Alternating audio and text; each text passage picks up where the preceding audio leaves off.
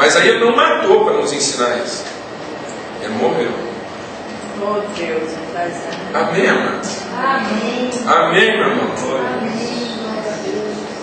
Glória a Deus. Nós estamos entendendo isso?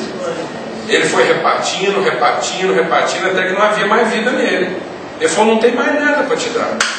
Tudo que eu tenho, eu te entreguei para você entender. Amém, meu irmão? Amém. É esse esvaziamento absoluto que vai levar a pessoa também a um confronto que absoluto. Mas muitas vezes nós não temos um esvaziamento absoluto. Nós temos uma demanda absoluta. Você precisa entender. Porque senão eu vou ser infeliz por resto da vida. Então Jesus está dizendo assim, a vida que está em mim, eu voluntariamente a dou, ninguém a tira de mim. Então qual é a mesa de Jesus? A mesa de Jesus, a mesa do Senhor, é aquela que ao receber o pão, ele primeiro faz o quê? Dá graças. Primeira coisa é dar graças. Por que é importante se dar graças? Antes de repartir. Porque ao dar graças, ele está confessando a verdadeira origem do pão. Sabe por que a gente come primeiro e reparte depois? Porque o pão é meu. É o pão que eu comprei. É o meu direito adquirido sobre o pão. Nós não temos a noção clara de onde esse pão de fato veio. Foi o meu esforço, foi o meu sacrifício, foi o meu empenho, foi a minha dedicação, foi o preço que eu paguei, foi o meu suor. Por isso esse pão é meu e eu vou pensar se eu devo repartir com você ou não. Mas quando eu dou graças, eu entendo que o pão não é meu. Porque ele vem de uma origem dadivosa. Ele tem uma outra origem. Ele tem um outro nascedor. Ele é uma dádiva. Ele não é um salário. Amém, mano? E se ele é uma dádiva, ele não é meu. Ele é nosso. Porque eu não tenho direitos adquiridos sobre ele. Glória a Deus. Aleluia. Sabe, não é o erro do outro que te ofende. A gente não fica magoado pela consciência que nós temos dos erros que as pessoas cometem conosco.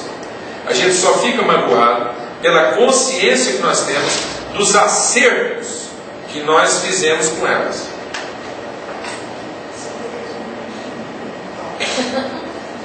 É o seguinte, porque se a gente honestamente, presta atenção, se a gente honestamente fosse assim tão sensível para ele, como a gente diz que a gente acha o erro tão insuportável, sendo bem honesto, qual é a primeira pessoa que a gente se acharia insuportável?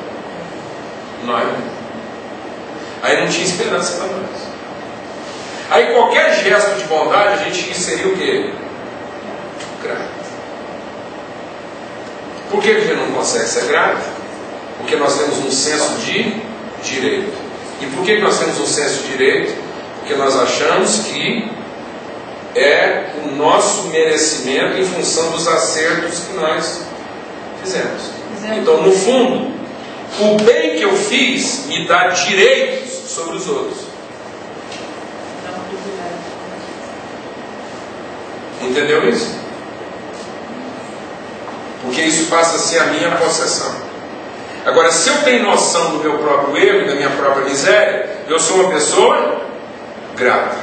Eu vivo em pleno estado de gratidão. E aí eu vejo que Deus depositou na minha vida muito mais do que eu realmente. Uai, então está sobrando? Está sobrando? Para quem está sobrando? Então eu sou um depositário de quê? De créditos, de graça. Então todo mundo na minha vida tem sempre o quê? Créditos. Por que a gente se julga no direito de guardar os débitos dos outros? Justamente porque nós assumimos sobre elas direitos. E quando foi que nós assumimos direitos sobre as pessoas? No dia em que nós fizemos alguma coisa boa e imaginamos que aquilo que fizemos de bom saiu de quem? De nós mesmos. Então, amados, a nossa raiz de amargura tem origem na presunção que nós temos a respeito de quem? De nós mesmos. Foi tão bom. Fui tão bem. Essa pessoa podia ter feito isso com qualquer um, menos comigo. Por que a gente pensa assim? Olha, se a gente tivesse que cometer um erro muito grave, a gente deveria cometer esse erro contra um amigo ou contra um inimigo?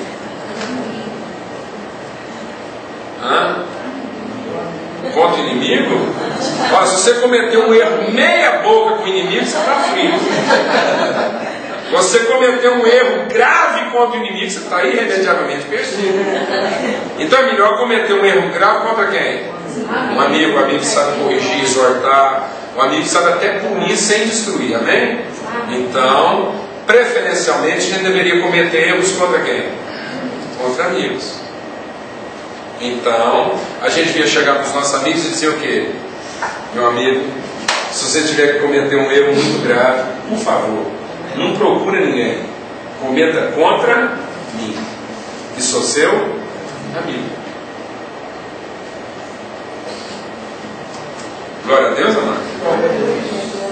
Meus amigos, se vocês tiverem que cometer erros, cometam contra os seus amigos. Amém, amado? Amém. Porque os amigos sabem como tratar os erros dos amigos. Não foi isso que Jesus fez? Ele saiu comprando todos os nossos erros que estavam nas mãos de quem? Dos nossos inimigos. Ele foi lá e pagou muito mais do que os nossos erros valiam, para que todas as nossas dívidas estivessem com quem? Com Ele, que é nosso amigo. Porque no coração do amigo as pessoas têm sempre o quê? Crédito. Amém, irmãos? Glória a Deus. Então é essa mesa, a mesa que primeiro dá graças. O que eu tenho não é meu, o que eu tenho é nosso. Assim que Jesus deu graças, ele partiu. Ora, já que é nosso, então não dá para comer inteiro. Está vendo como é que é um princípio? Então, já que é nosso, não dá para comer primeiro e repartir depois. Para ser verdadeiramente nosso, para ter a pedagogia do que é comum, ele tem que ser partido antes de ser comido. Amém, irmão? Amém. Então é para ser fiel à natureza do pão. Já que ele é uma dádiva, e eu estou reconhecendo isso ao dar graças, então se ele é uma dádiva, eu não posso comer dele sob o peso de pecar contra a sua natureza. Então eu não posso comê-lo sem antes partir. Amém? Deixa o Espírito de Deus ministrar o seu coração. Muita gente às vezes compra carro, casa, e eles vêm pedir para a gente orar. O pastor dá para você orar por esse carro, para esse caso, você tem certeza? Você tem certeza que você quer a unção de Deus nesse automóvel, esse carro? Ele vai tomar conta. Ora! Não, eu quero orar para ver se Deus põe uns anjos. Oh. Você quer mesmo ser guardado por anjo de Deus? Porque às vezes você não entende como é que anjo de Deus funciona. É por isso que tem muita gente desapontada com anjo ali. Eu vim até falar de pastor que eu estou trocando de anjo, porque os anjos não estão funcionando. Então, deixa eu explicar uma coisa. Quando você coloca alguma coisa na mão de Jesus, Jesus toma mania. Você põe as coisas na mão dele, ele dá graças e parte. Então, se você quer alguma coisa na sua vida inteira, não põe na mão de Jesus. Porque tudo que você põe na mão de Jesus, ele parte. Ele dá graças pra gente. Olha o que o papai mandou pra nós. Aí já vira aquela a festa. Todo mundo acha que pode. Quando você quiser alguma coisa inteira na sua vida,